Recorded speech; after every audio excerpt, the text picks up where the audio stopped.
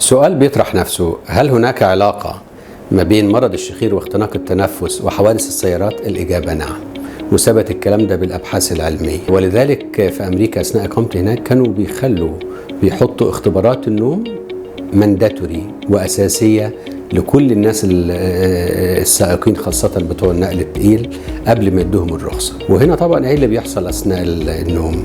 في المريض ده بيحصل اختناق متعدد على طول، فنومه بيبقى غير جيد متقطع، فما نامش، فمخه لازم بالنهار ينيمه غصب عنه، ففي لحظة يروح قافل خالص، يروح داخل في النوم العميق بدون سابق انذار، حتى لو هو سايق سيارة وهكذا. وده سبب رئيسي من حوادث السيارات. إذا كنت تعاني من الشخير أو أحد أعراض انقطاع التنفس أثناء النوم، فابعت لنا استفساراتك وهنرد عليها بالطريقة المناسبة في أقرب وقت.